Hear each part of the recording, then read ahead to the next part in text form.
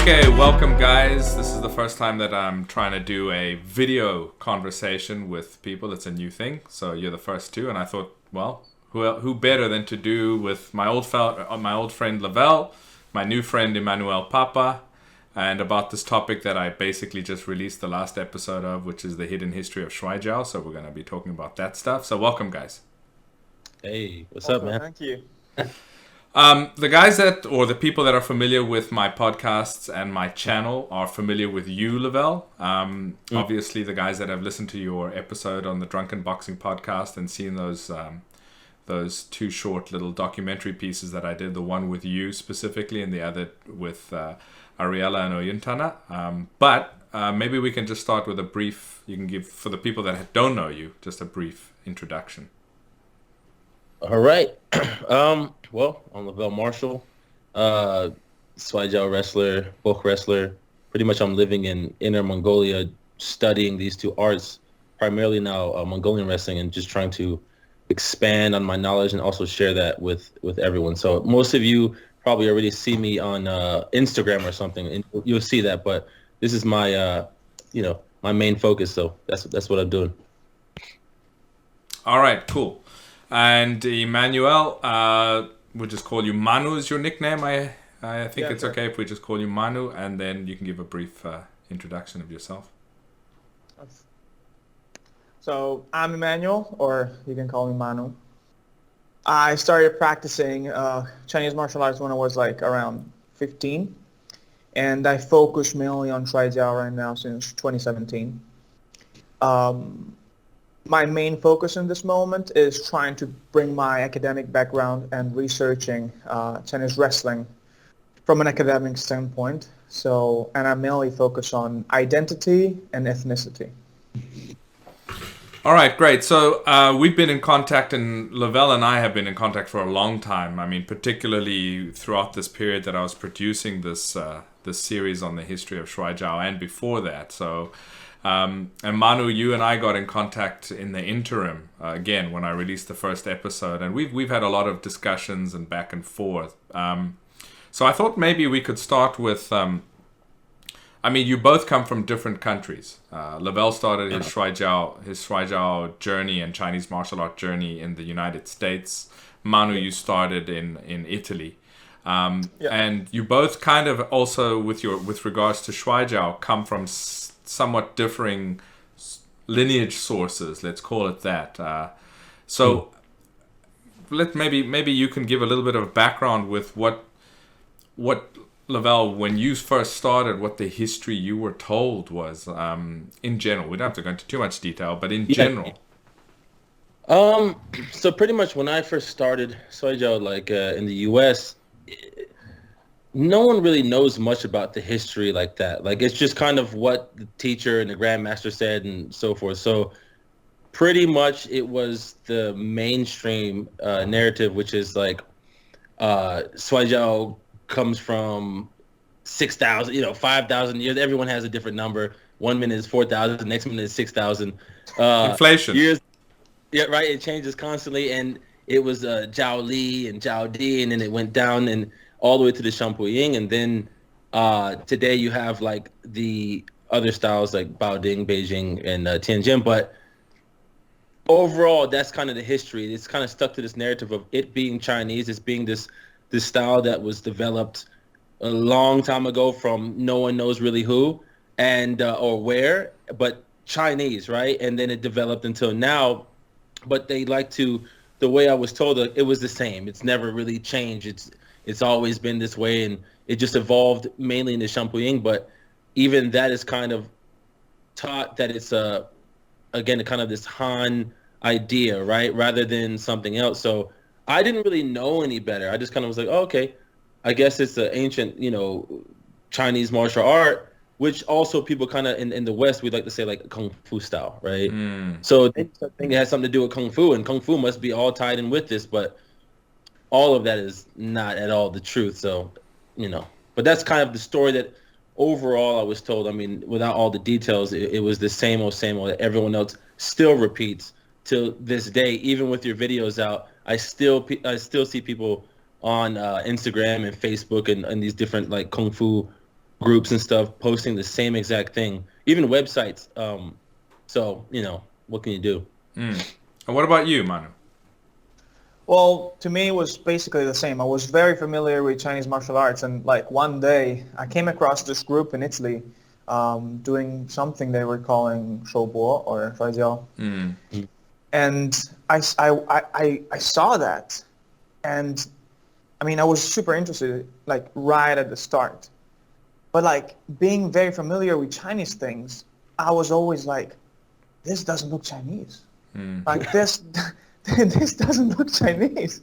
I mean, if anybody like did some serious Chinese martial art training with the normal styles and stuff, you should be familiar with a certain type of training. Like, You're right. Okay. Yeah. And you watch Shuaijiao, it doesn't fit. So I was super curious. I started training it. And at the beginning here in Italy, the narrative was the same. Like, very famous Chinese teacher, okay, in Europe. But we can discuss it later. Yeah. So Chinese wrestling, 4,000 years old, comes from Zhiyou, Jiao whatever. And I was already going to China back then. Like, I went to China the first time in 2014, still with the university. And then I was just back and forth until like COVID hit. And then I already like moved to China in 2018. And when I started training, just mainly focusing on Chinese wrestling in China, in Beijing. So it's curious because like on a certain side, you have people saying just randomly, it's super old. But then the only history that they talk about is Qing Dynasty history. Yeah. It's only Champollion. So I slowly started, thinking about it. Then I realized, Qing Dynasty, well, where does it come from? Like, who were at the top? Right. Who was, this was my process. Well, I think that's part of the problem because, like, a lot of the time, particularly the Western understanding of what is China, first of all, they compare it to what they understand by their own country or their own group of people. They're like, it's one thing, it's one group of people. That's China. Like, it's one history, one people, one root, one origin. And the same with Kung Fu. They think it's one thing, it's one, So we have this unfortunate situation where people already have the wrong footing to begin with. And when they start from that point, a lot of people are just going to take it for granted. They're like, so Shuaijiao is another type of Chinese Kung Fu. But even when we use the word Chinese in today's understanding of what is Chinese, it's complicated. Yeah. It is complicated. And that's part of I found a lot of people that misunderstood the first, couple of episodes that I released were people that didn't understand that, they didn't understand that. And then the other side of things are like the narrative with Chinese martial arts as well is very simplified in terms of, this guy he watched this animal do that, and then he invented this style, and nothing's that simple. Like, really, it's not that simple. And then again, they start with the one root of Chinese people and Chinese Kung Fu. So when you explain to them, but it was an imperial thing, they're like, but those are Chinese kings, and you're like, So it's very hard. It's very hard. Once I started looking at more of the history with Shuaijiao, I started realizing that even all the other styles that I've trained in, like I've been doing Kung Fu since I was a kid. I was like, wait a minute, none of the history seems real now, right? Like, of anything I've ever read about most Chinese martial arts, you start to question it all because you're like, all of this is kind of due to some weird propaganda for certain political reasons, or whatever, So it's like I started to look at all these stories, and you start to realize that almost all of them are kind of mixed in with like fantasy, right? With kind of a fairy tale type of thing, which I think for a lot of martial artists, especially that like Chinese martial arts and like the East Asian type of styles of martial arts, the people that like that kind of naturally, especially from the West, they kind of like that fantasy kind of stuff, right? They like this idea of this something greater than them with powers and abilities, because that's just kind of what we've been told, especially from movies like Shaw Brothers type movies, films and stuff. So people almost don't want to accept the reality of like what things were really like and where they really come from, right? Yeah.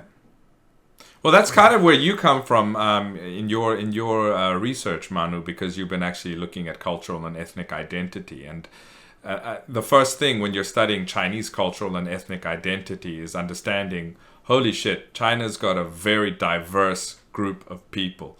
And you know, I've over the years, you study the Chinese language. I mean, I went to a Chinese high school, so I mean, I was exposed to that side of things and learning about that from a young age. But a lot of people don't understand that. But one of the first few things you realize is like one of the few more recent unifying things that you have that you can say unites a country and a group of people would be language. But even that in China is not united.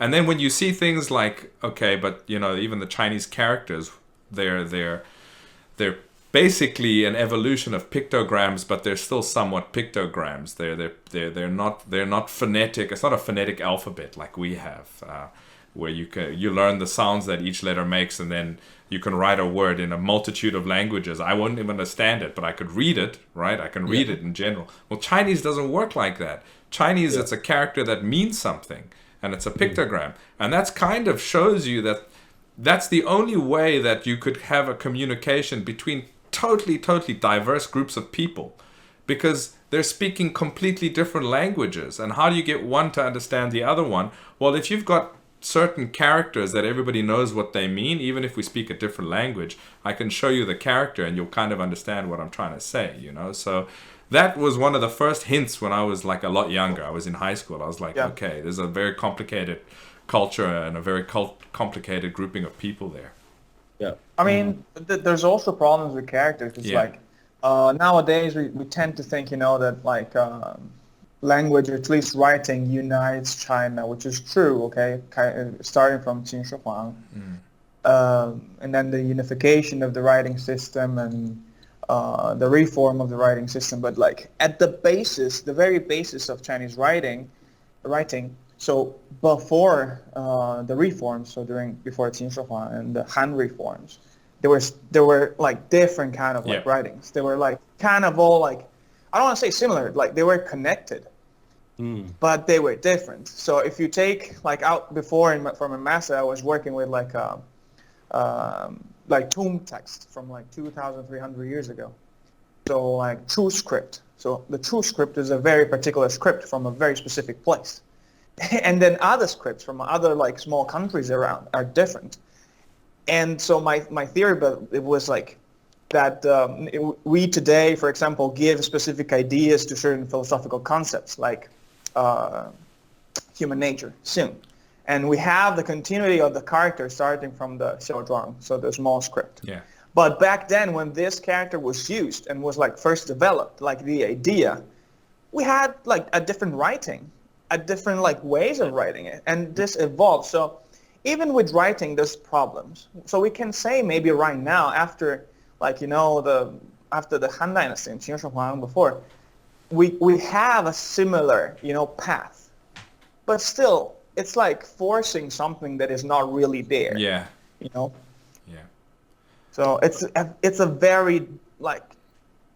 It's a country with a lot of differences inside. Yeah, and also that writing issue that you just mentioned, when you've got a large portion of the country being illiterate for a large portion of history, and then you've got so many different groups of people, this is one of the reasons why you have these emergence of very simple history explanations that come out, particularly when we look at Chinese martial arts today. Like, oh, this guy, he found this old manual. Okay, there's a lot of cultural reasons why they make up stories like that. He found this manual and then he invented the style. And this dude watched a snake and a crane, and then, well, when you don't have written history for a lot of this stuff, what are you going to do, You just kind of know some kind of way that the history came through this kind of, but you're not going to get the complexity. And Mongolian as well is another interesting thing, because again, written history is not as old as the culture and the myths and the practices, etc. there too. So there's a problem with finding, okay, here's a written text about X, Y, and Z. It's also complicated with Mongolian. So Yes, exactly.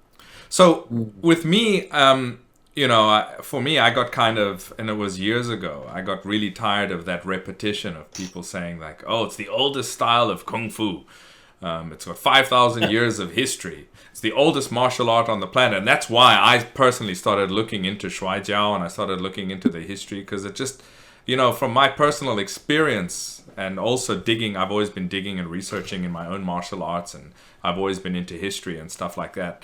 I realized that the histories are so complicated and they're more connected to things that we can't explain directly. Things like environment, lifestyle, even social norms, etc. They formed, a lot of the martial arts that came in a specific area were so molded by this, and it was over a period of time that it came out like that, that when I sat and I heard all of these histories always being repeated in such a simplistic way, one, it was invented by this, and this style, Baoding style, was invented by that, and the Mongol style, they decided to focus on this. I'm like, this just doesn't even, it doesn't make sense. It doesn't, it's a childish way to explain a very complicated thing that is probably a lot more logical when we look at the actual mitigating factors that developed a style. And that's why I started looking into things like Shuaijiao. I did it with my own martial art. We have my own style of Xingyiquan and Baguazhang. Baguazhang's a relatively new art. There's a lot less, there is myth there, but there's a lot less myth. Xingyiquan has the same myth that a lot of styles have. Yue Fei invented it, the great general. He must have been cloning himself.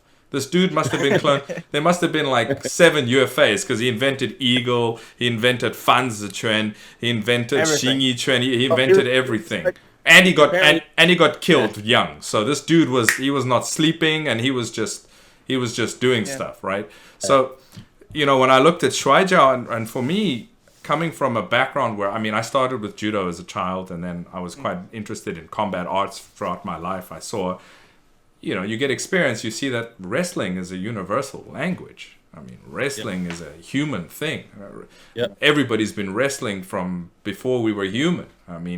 To say that these people invented wrestling, and then the story is that Chiyo, and then we got Jiao Di, and then you've got Xiangpu, and then you got this, and then you got Shuaijiao, trying to make it sound like it's one continuous thing. I was like, this is why I was like, nah. The other thing for me was, one of my first time I came to China was to Inner-Mongolia, and one of the things that stuck, and that was a long time ago, over 20 years ago.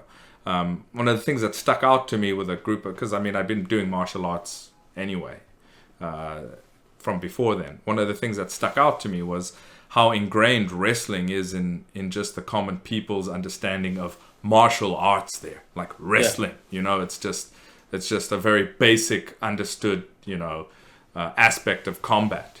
So that to me, of course, influenced my mind a lot, and kind of connected dots very early, even if they were subconscious.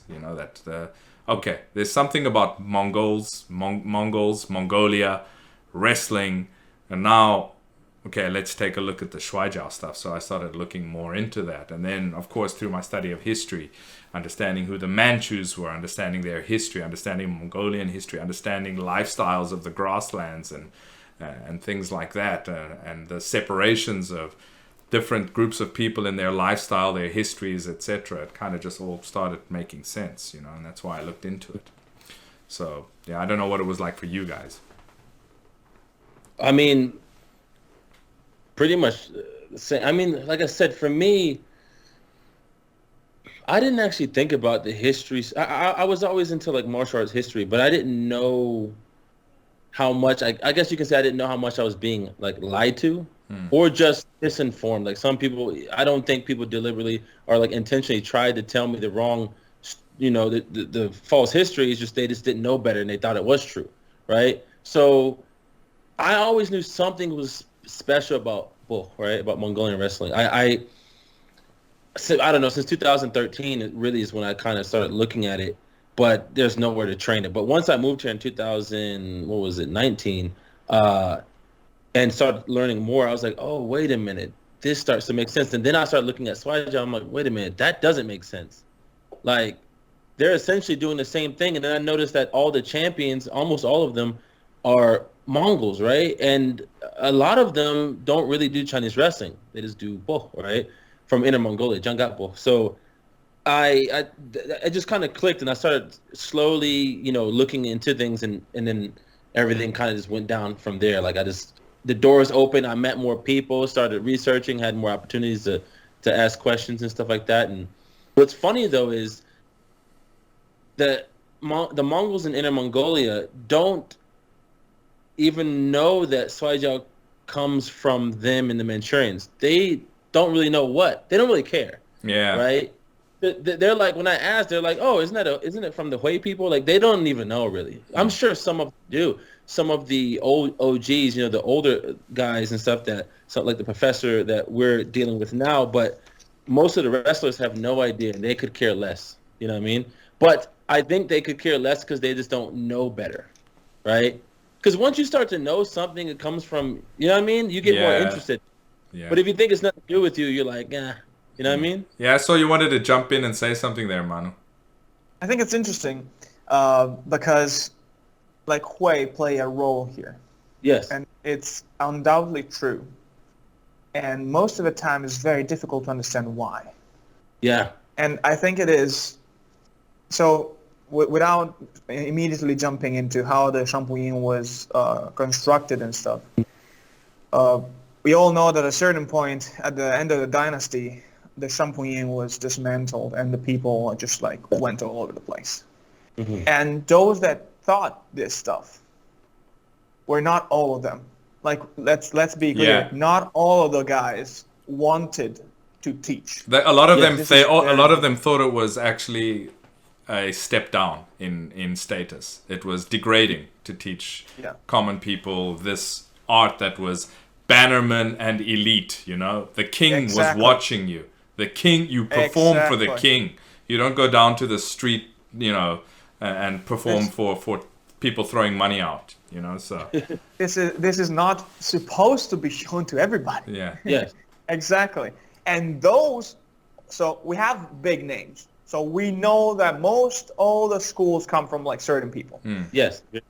Among the most important, we have Wang Baye. Yeah. Wang Baye was a Huiming. Yeah. Okay? A very big bunch of what today's Shuaijiao comes from. I'm not saying all of it, okay? Yeah. Because there was like some people that were not like, okay, Hui. But a big bunch of it come from Niujie, so the Muslim street, where all these guys went, okay? Yep. Because some of them in that period, at least most of them in that period, were Hui, okay? Yep. This was not like possible throughout all the history. Yeah. Only at a certain point, other people became or started to like get like, into the Shampooyin. Yes. But a big bunch of this teaching comes from them, okay? Yes. So this is very important. So, for sure. That's probably why the Mongols say, comes from Hui. Yeah, but what in terms of the original people that at a much later stage that were Hui that got into the Shampooyin, where would their wrestling base have been? So yeah, who wants to go first? No, you go with Lavelle. No, go ahead. I'm sure you have some good stuff.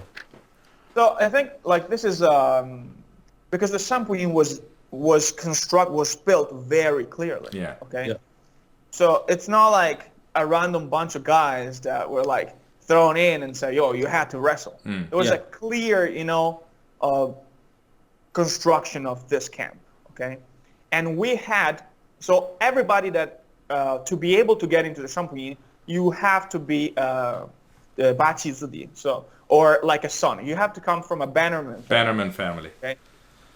At a certain point in history, those that were called like foreigners, so Hui and Chinese and others, were allowed to join the Shampooyin, and before the 8 banners, okay?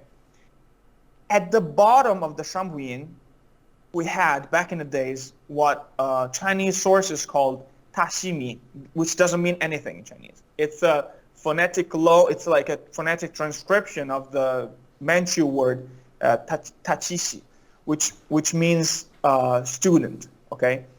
So before getting into the Shampooyin, we had a bunch of guys, okay, which in the sources most of the times before were called Hahashou, or haha in Manchu means boys, young boys. Okay, that were actively studying. So we have students. Yeah. So we have yeah. a bunch of people from the banners training wrestling and trying to get into the Shampooing. And there's where the Hui comes from. Because, getting into the Shampooing granted you status and money. Yep. A lot of money. Yep. Okay?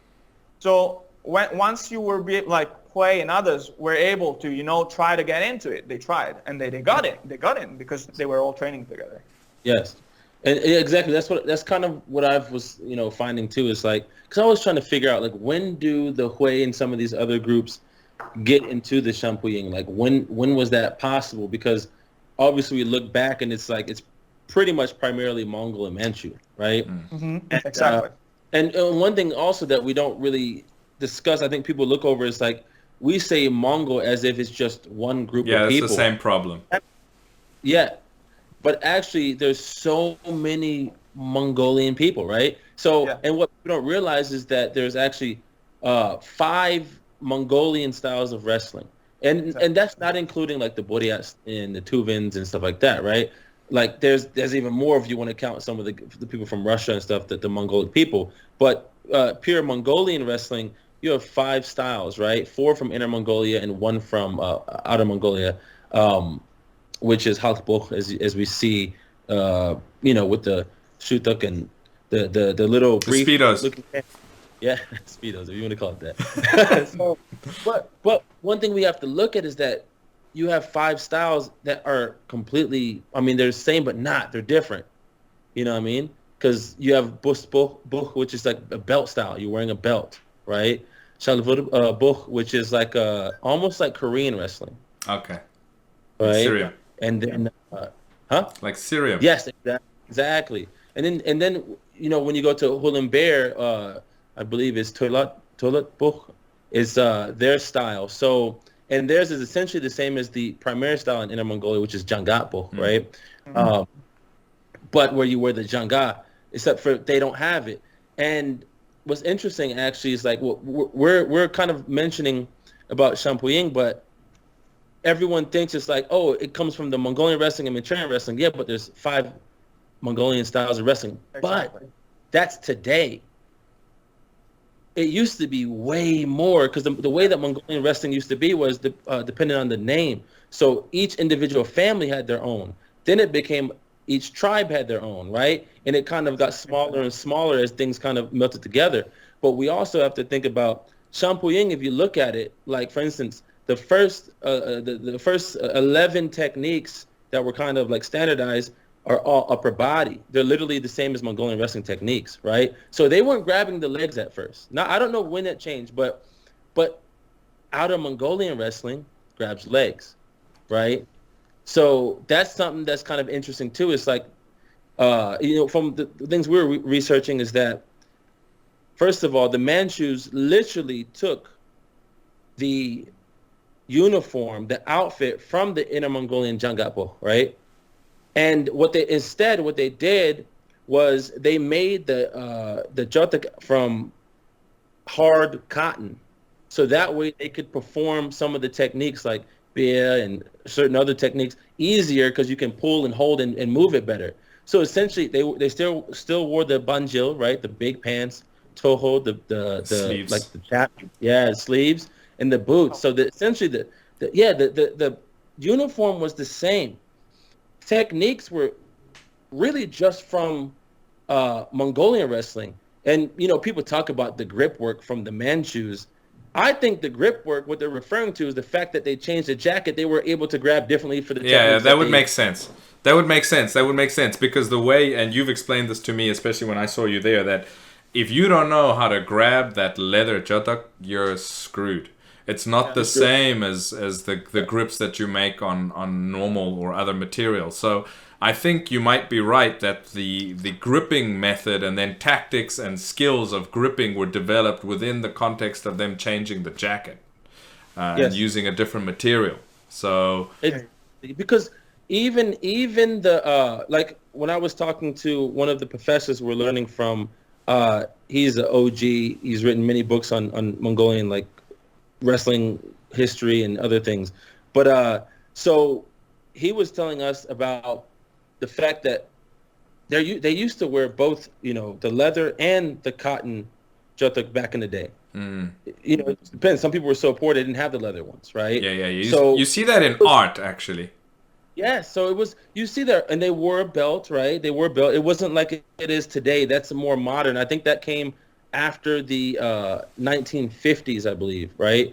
And what people also don't realize is that Mongolian wrestling has so many, like I said, so many kind of styles that existed in ways of performing that it wasn't really like the modern Bokh that we see today in Inner Mongolia didn't become that way until I believe 1954, 53, something like that.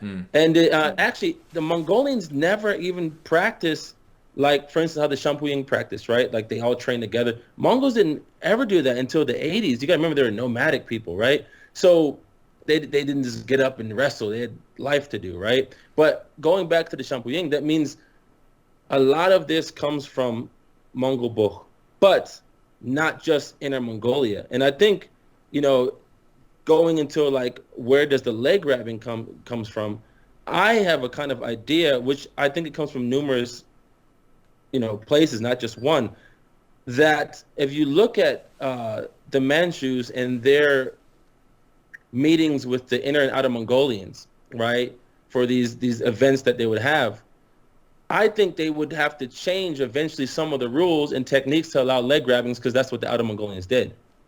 Like, it's a thought I had, because why would they stick to just having this one specific rule set, kind of like Jangat Bokh, which, by the way, the oldest record of Jangat Bokh comes from 1666, so around that same time, which is interesting. Yeah.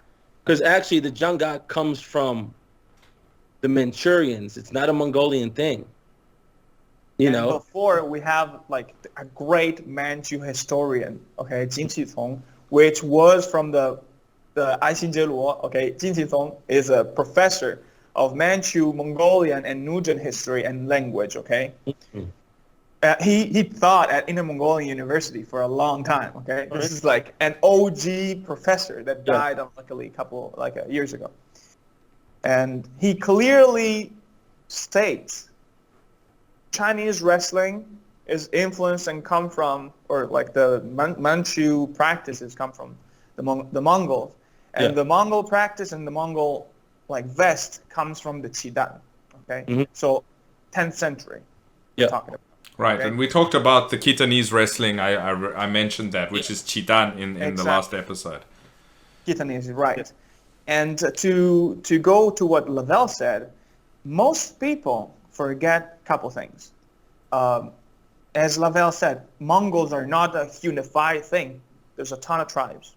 Yeah. And like that, wrestling, the forms of wrestling during the Qing Dynasty were not just like two, okay? But let's just talk about two. The one of Shampuying, but also another one connected to another group of Mongols. So in Chinese, during the Qing Dynasty, more or less, there was another way of calling like the Western Mongols, which is Elute Mongols, okay? Those type of Mongols practiced a type of wrestling style that was very close to our, like today, freestyle wrestling. So you win by pinning, okay? Yes. And if we go to like Giuseppe Castiglione's very famous picture, the Saiyan Situ, which I've got in the episode as well. Yeah, we have like a picture of that.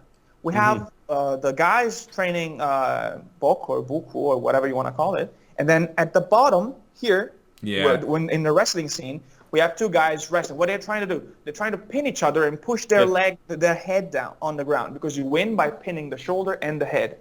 So leg grabs were probably practiced, but maybe integrated later, like at the end of the Qing Dynasty. And the Shampuying were not as good. So we have like informations of wrestling during the Qing Dynasty, starting from Nurhaci. Okay, we know that Nurhaci liked wrestling. Okay? It's not a random. By the way, Nurhaci is not a random dude. Okay. Yeah. It's Qin Taizong, so the founder, the founder of They were not Manchu yet, but Yeah, they were still Yes. Jurchen. yeah. Yes. And we have practice of that. And in that period, okay, is before 1644. It's Yeah. before that, okay? But the records we have of the Shampuyin and wrestling between Manchu and Mongolians, I mean, Manchu were most of the times losing, Yeah. and only around the Qianlong like period. So 1736, more Yeah. or less, they started to win.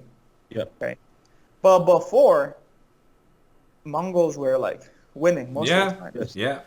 Yeah, And- we and- have that. I mean, I quoted that the one emperor was still Yes. pissed off that the Manchus were still losing to the Mongols, and this was after the establishment of formalized training. And a funny an anecdote that we have. So you have the Qianlong emperor, so like a big dude, you know, like Yeah. a big important person, having this huge banquet, okay, during the hunting practices and other Yeah. things. And he invited like the Mongol princes and everything. They had all the guys wrestling. Let's not talk about what is the like mean of this, but Mongol wrestlers sometimes let the Manchu win, and he got so pissed because he didn't like this kind of stuff. Like he's like, I don't like cheating. So we have like his like written record Yeah. of him saying, like announcing like, I don't want this shit happening. You have to compete fairly, you know. Yeah, very interesting. That, I And mean, it's history. that's kind of the thing. Like, it's like, well, Yeah. Hello? You're frozen. Oh shit. It's okay. He'll realize. Oh, you're back. You froze for a second there. You cold? okay. Nah. Wait, am I good? You're good. Yeah. What were you saying? Okay, so one thing that people kind of forget to think about too during all this Shampuying situation is that there were still a shit ton of Mongols wrestling in Inner Mongolia and Of Mongolia course. doing their own thing, beasts. So while this is developing here, Mongolian wrestling is still developing on its own over here, right? And so, even my teacher, Huha, like his ancestor, is a very famous wrestler from, I think in 1906 or 1907, he won the Big Nadam in Shilingo when he was 16 years old. The dude was a giant. Yeah, and then he competed in Outer Mongolia too. He was just a massive man. They said he was almost like 7 feet tall. He was a gigantic man, but which is funny because Huha is short. I mean, it's not small though. But his head looks like him. Even in the pictures, I'm like, Huha, you took his head. But but yeah, so so it's interesting, like, because sometimes people forget that too. They think it's like Mongolian wrestling went here and this is what happened. It's like, no, some of them went here and then some of them went here and others went there, and so but it does show you why they're so good at like Chinese wrestling. Also, if you look at the jacket from before, even just 50 years ago, like I mentioned to you, and you mentioned this in the video, is that they wore different jackets. It had an armpit, right? It was just like a Shuaijiao jacket, except it was leather. And, most of the time back then, especially before that, they didn't really have studs like that. Yeah. Not everyone had studs. And, me and Byron was talking about this. One of the theories he was talking about that we pretty much agree is that maybe the studs come from the Manchus, right? Manchu armor. The armor has a lot. Like if you look at Mongol armor, it didn't really have that. And also, when we read about the Jotek with the studs, it's always during the Qing Dynasty, right? You don't really hear about things before that, because even before that, like people will even say like the Inner-Mongolian Bokh has been around since Genghis Khan, but actually during that time it was around, but the primary style was more like freestyle, like you said, with the pins. And they say that the Mongols, certain tribes like the Renmin tribe, they got it from the Uyghurs. Yeah, exactly. And the Khatan, right? So they got those influences from then with the leg attacks and the pinning. And that's when they kind of mixed that in there with it, and it became more like a freestyle type of. That was the most popular style of the 13th century, right? So it's just interesting how much there is to offer, and like what aspects of it was put into the Shampuying, which I personally think it's more of the Inner Mongolian style because of the relations they had with the Qing, which were pretty good. I mean, for some people, And because the uniform is the same, man, it's literally the same. You know, they didn't even stop wearing the toho, the chaps, the leg sleeves, until after the Qing Dynasty. Like they were still wearing it before, you know. So that shows the importance. Which who knows why? I mean, maybe the Chinese didn't want to wear it no more, but that's still worn here today, right? So there's so much, man. Even the names we talked about this before, but even the names of the techniques and a lot of the if you look at Shuaijiao, like the concepts and the principles and what makes it is the same as what makes Mongolian wrestling, right? They say Mongolian wrestling is a circular art, right? It's based in circle. Right? And think about it, like the Mongol Bao, right? Like the good. Yeah. The even the way that they deal with life, it all comes from this idea. Like our martial arts are shaped on our perspective and how we see our perception of the world. Yeah. So the Mongolian culture, again, like I said, it's this round circular culture, right? Where everything is viewed in that way, this balance with nature, with the animals, with everything. So, but like look at how extreme difference judo is for sure with that, right? Like with Japanese culture, it's very linear, right? It's very straightforward. It's a little bit different mentality. So that really shapes how we do things. And Chinese wrestling essentially is the same thing, right?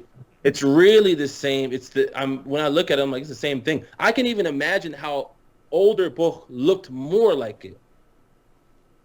The reason why we see small differences now is because one, the rules changed for Shuaijiao, right? Where you have different weight divisions, which changes everything. You fight that you have time limits, and now with the Jotek doesn't have the armpit area, you grab different, right? But if you look at that, if that was changed, wow, man, like Shuaijiao would look exactly like Bokh, exactly. So, I mean, going back to your theory of the circular. So if we take a book, this book is very famous. This is a new version. Okay. This is a new version. This is a new version of the book from Manbao Zhen, okay, which is one of the best books for Chinese wrestling, one of the earliest. Let's not talk about Ma Liang, Zhang Wenguang, and Tong Zhongyi, because there's like other things there. But this is a very important book, and page 21, Shuaijiao Yuanlun Li Xue, okay? It is a sub-chapter about the circular theory of force in Shuaijiao. I mean, what are we talking about? The Chinese Shuaijiao that we see today, okay, most of the times, that one that comes from the sports universities, have great influence from other stuff, okay? Yeah, for sure. That's why it's straight, okay? If you look at like the Lao Qianbei or the old dudes that don't have that much strength anymore, but they still practice, the stuff is still there. Yes. But it's... Maybe you can give a little bit of background for people watching who Manbao Zhen was, because a lot of people don't know who he is, and most people are not really familiar with the mainland lineages. So maybe you could give a little bit of information there. Yeah. So in Chinese wrestling, we have a ton of great dudes, like dudes that made history. Okay. And sometimes the guys in the West, sometimes they don't really know these people, and they don't really know how the things were passed down. It's like Chinese wrestling back in the days, and even sometimes today, it's not a complete system. Okay. It's not something that has from A to Z and everything is piled up there. No. Okay. People just went to like different coaches and studied different things. Exactly. Manbao Zhen is one of the teachers of Li Baoru's teacher.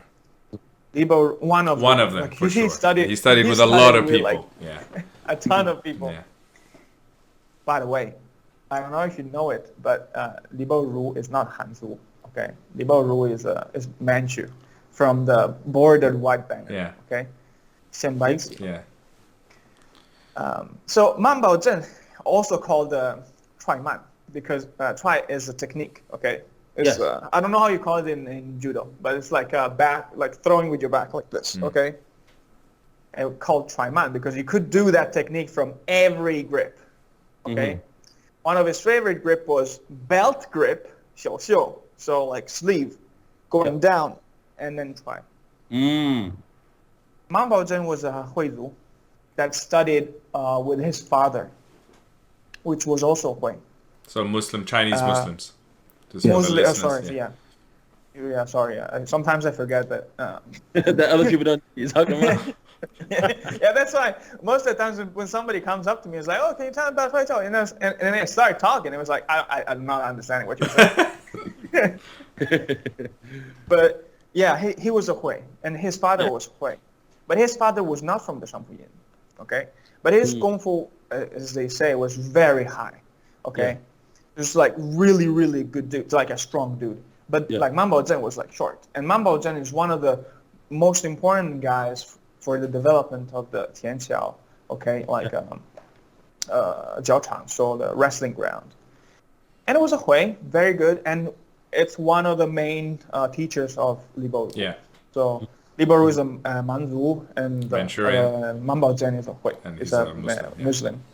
Yes. And his father, of course, was a Muslim. You know, we spoke a little bit earlier about some. I found a photo. I actually need to find it again. I don't know if I've saved it, but it's a photo from Persia, and it's an old photo. I think it was taken in the 1800s, or maybe late 1800s, something like that. Early 1900s, late 1800s, something like that. And it shows guys doing strength training, and the one guy's pulling a heavy bow. Oh, with can you play it right now? No, well, I'll send it to you. But it's such a heavy bow that the string is made out of a chain. I mean, you could see that this bow is just made for strength training. And the guy behind him was doing, I can't recall if he was doing some form of heavy weight lifting, or he might have even been wrestling. It might have even been wrestling. And you look at this, and you could be like, this could be Qing Dynasty, like people doing strength training. You know, it's so connected. I mean, people don't realize, and again, you're talking about Central Asia once again. You know, you're talking about the cultures that are connected in some form or the other. You're talking about Persia, which was under different Khan and conquered as well. You know, so it's very interesting. It's really interesting. But well, I was looking up that, because people always ask me, like, what are the strength training methods of, like, Mongolian wrestlers, right? And picking up horses. Yeah, really, actually, because what's interesting is, like, for instance, Shampoo-Ying has their own methods, right? Which has evolved, and now you have, like, just Shuaijiao traditional methods of training. But what's interesting is Mongols don't actually have any.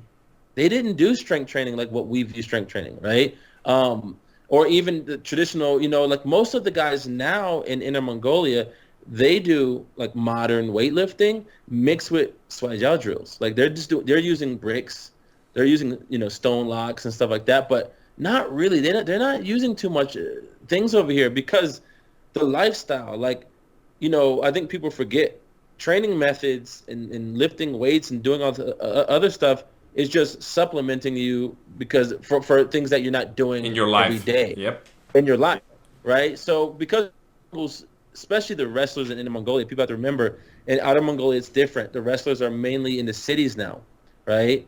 They come from the country, they go to the city. But in Inner-Mongolia, no wrestler lives in the city really. They all live in the country and they live a traditional lifestyle.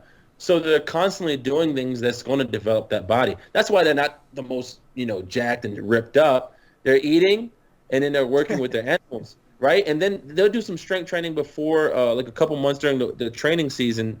But that's a new thing that started really in the 80s, and I would say really got pushed into the later 1990s, right? Because up until 1990, they were still nomadic here. Now they're just herdsmen, and some of them live in the towns and the cities. But once that changed and they got bigger, if you look at the wrestlers, they used to be smaller guys, mainly around, I would say, 80 kilos, 85.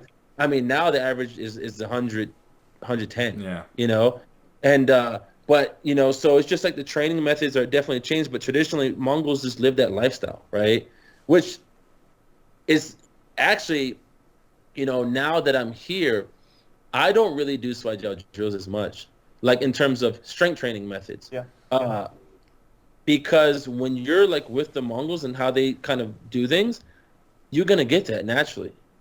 Like it just comes. It becomes a thing. Like even the other day we are talking about like Mabu, right? Like horse stance. Exactly. Horse stance is something you need when you're not riding a damn horse, man. Like, I mean, let's just be real. Like people sitting there for an hour. Bro, I go ride a Mongolian horse for an hour. That's wild. Let's see how long you make it. You know what I mean? I have stories with that. I didn't make it that long. Like, I thought my horse stance was good. Nah, it didn't work out too well. Yeah. And you know, that's kind of like, but it's a whole different thing. Yeah, it was was supplemental. This is what again, like people don't understand about horse stance and a lot of these post standing practices that evolved into things, but they were supplemental for another thing. Like standing in Mabu would help you train when you're not on a horse for riding a horse, and then it kind of evolved from there. Standing like with a long spear in one position for a long time. It's supplemental training and preparation for actually standing in formation in battle, and then other things that came into martial arts developed from there too. So yes, exactly. And the Mongols just simply, they just don't really do. I mean, they don't even do like Jibin Gong. They're not doing Shuaijiao drills, like solo drills for people that don't know what we're talking about. Chinese wrestling solo drills. They're not doing that. They're not even doing any like belt work, any belt cracking or nothing like that. They just do drills moving up and down in a line. They're constantly moving. To them, it's like that's the most important. If you ask a Mongolian to do a drill more stationary, they have no idea what to do. Well, this is very interesting because in Beijing is thought like this. So that standing drills. So so standing on the spot. Dingbu. Are drills specific of Beijing. So let's say from the Manchus or the Shampuying.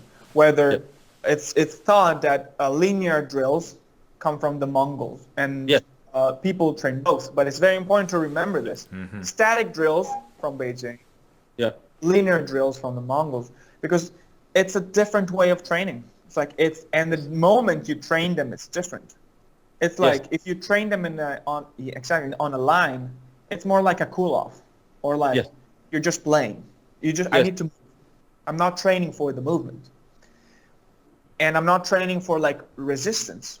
Whether if you stay on the spot and you do Dunti, so the squatting kicks or China Y, left and right for like 30 times, you're training technique and resistance. Whether if you're just doing it walking, you're warming up your body in a more wrestling situation to just warm up all the joints. Exactly. And the problem is that nowadays, I think this, I don't know if it's like an influence from like wushu practice or something, or the fact that there's less people wrestling at a certain like level. People tend to focus too much on Jibin Gong. Jibin Gong is like a stuff for kids. I've seen that so often here. I've seen guys come and just do Jibin Gong and leave. I'm like, what are you doing? For years, people would do this, and really, you can't. That's my biggest complaint, and I tell some of my guys in America, I'm like, listen, here, no one does it. You only do it when you're warming up before practice, and no one goes hard. You save that, right? You're literally just walking through the drills, and but no one's going hard, and you only see like little kids do that kind of stuff. Exactly. Exactly. Yeah. So I agree with that. Like in the West, we're doing it way too long, and it's taking away from the actual feeling. You got to develop the sensitivity with a person, right? So if you're focusing all your time on doing a drill, I mean, Jesus, like, it's not that serious. I mean, understand some of the concepts, but at the same time, you need to grab a person, because one thing I like about the Mongol perspective and how they see wrestling is like they'll teach you a technique. Again, techniques in terms of Mongolian wrestling is a newer thing. It used to be everyone just wrestles and you do your thing and find your way. Yeah. But now they'll teach you a standard, but it's up to you as an individual to like make it something, right? And like in winter, I saw this. We were training with this different group, and let me tell you, when he was making them do daga, we call it daga, right? When Yeah, we're we doing should daga- talk about that term as well, just when we'll come back. Yeah, to that. yeah. We'll get to it. So they were doing it, and I swear, Yuntino was trying to learn because the teacher's daga was so good, man. It was so nice, and I noticed she was doing it with the guy, and he was like, no, do it this way. And then I said, something's weird. He's doing it a different way. So I said, hey, go with this guy. And I mean, she ended up going with numerous guys. They all did it different. All this from the same teacher. And I realized, he teaches them, but they have to find their way of feeling that technique. Yeah, for sure. Right? And so therefore, like, just watching, I learned like 5 new ways to do it. Like, I was like, oh, this is kind of cool. But it's interesting because I like that Mongolian perspective, because doing Chinese martial arts, sometimes they can really hammer in your head like you're not doing it right. One little thing you're like, that's wrong. Like, and it's like, wait a minute. Is it really wrong? Is it wrong to where it won't work, or is it wrong because it's not fitting into your form exactly? Right? And that's kind of that's an issue I think we have to change, because wrestling is wrestling, man. And everyone's body is different. If you're 6'5", if you're 5'2", you know what I mean? Like, there changes a lot of things. So yeah, I showed you the other day. You were talking about Delha or Dega. Yes. And I looked it up in that Mongolian loan words in Manchu, that study, and it's really interesting because in Manchu it's Delha and the root is the Mongolian word Dega, and in Manchu it actually kind of referred to a fish hook. Yes. Whereas in Mongol, which is the older root of it, it refers to a hook shape. And there you go. And there's the technique. Yep. I mean, that's where the technique's name comes from. So the Mandarin came from the Manchu, which came from the Mongolian, which came from the shape and the technique's general usage, which is just, I mean, if it's not cementing people's minds the origin of these things, like you got to ask yourself if you're just deliberately being ignorant at this point. So. Yeah, exactly. But I remember when I was learning Shuaijiao at first, and I was like, they're learning some of the terminology, which also varies depending on the region and teachers. It's quite interesting. Like, they kept saying "dehe," and I said, "Well, what does that mean?" And they're like, "Oh, it's an inside hook." I'm just like, but it doesn't mean that in Chinese though. Like, it's confusing, right? And I didn't realize until later it was Mongolian. And then when I moved here, they were like, "Dehe" means hook. I was like, dude, that's it right there, right? That's when it really first clicked for me, like, oh, this shit is Mongolian.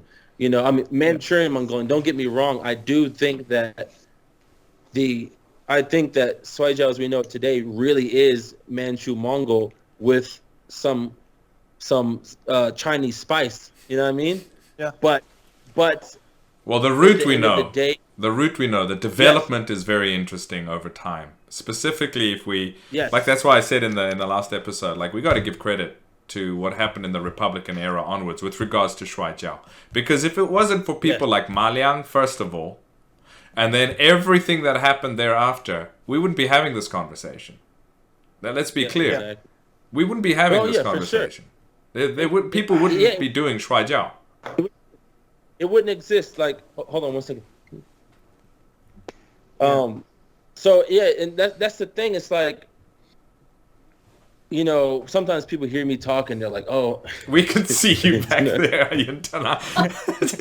rolling in the back." You can just walk by. So hold on. We're trying to flex up. Break the slide. Give me a second. I know I'm keep making y'all wait. You're plugging it in. Just trying to make sure. Yeah. Well, let me carry on with my rant. Okay. Basically, there's a couple of really interesting things that happen when you take something and you make it competitive, and that's the one thing that happened in the Shampuying, and that focus on professionalism and competitiveness will develop something to a higher level. There's just no two ways about it, right? And that's what happened in the Shampuying. And then again, what happened in the Republican era and the sporting movement, etc. So you're definitely going to have people that are going to take these core methods and ideas and really develop them. Like, we see it. Anytime there's competition, you can develop it. But again, there's a lot of environmental factors that will determine how it develops. Exactly. I mean, nothing is born in a vacuum. Yeah. Like, people have to understand this. Like, everything is related to external circumstances. Yeah. Okay? History is important, not just to, I like history because I want to learn. History is important to understand the changes that happened in society or like things like Shuai Jiao. Yes. Okay? Yeah. Yeah, exactly. And I mean, I find it just all fascinating, especially because I'm pretty invested in, like, it sounds like I'm pretty pro-Mongol, right? I live here and I loved it. I love it. So yeah, but at the same time, before that, I was a diehard like Shuaijiao guy, and learning, unraveling, taking away, stripping the layers away, I'm like realizing so much just comes from Mongolian wrestling, and then I'm also like the politics is kind of a mess. Well, that's another story. Yeah, it's another issue. Yeah, it's like all of that shit gets it's draining, man. So the thing is, it's like we're talking about the past, and I obviously think it's important. That's why I'm doing this as well, and but also it sheds light on, like, right now, like I tell people, let's be honest, Kung Fu has a pretty bad name in terms of the martial arts community just globally, right? Now, if you say Shuaijiao is Kung Fu, like, it makes people just kind of disregard it, unfortunately, right? Yeah. But once you start to say, wait a minute, there's more to it. Like, someone the other day had hit me up, had written me on Instagram. It's like, hey, about, trying to convince people to like Mongolian wrestling. I said, I don't have to convince anyone. Mongols convince you. They took over damn near almost every wrestling sport there is. I mean, come on, you see them. Yeah. Yeah, so I was like, I don't have to do nothing for them. I just have to provide the knowledge, right? Yeah. But for Shuaijiao, sometimes it takes some convincing.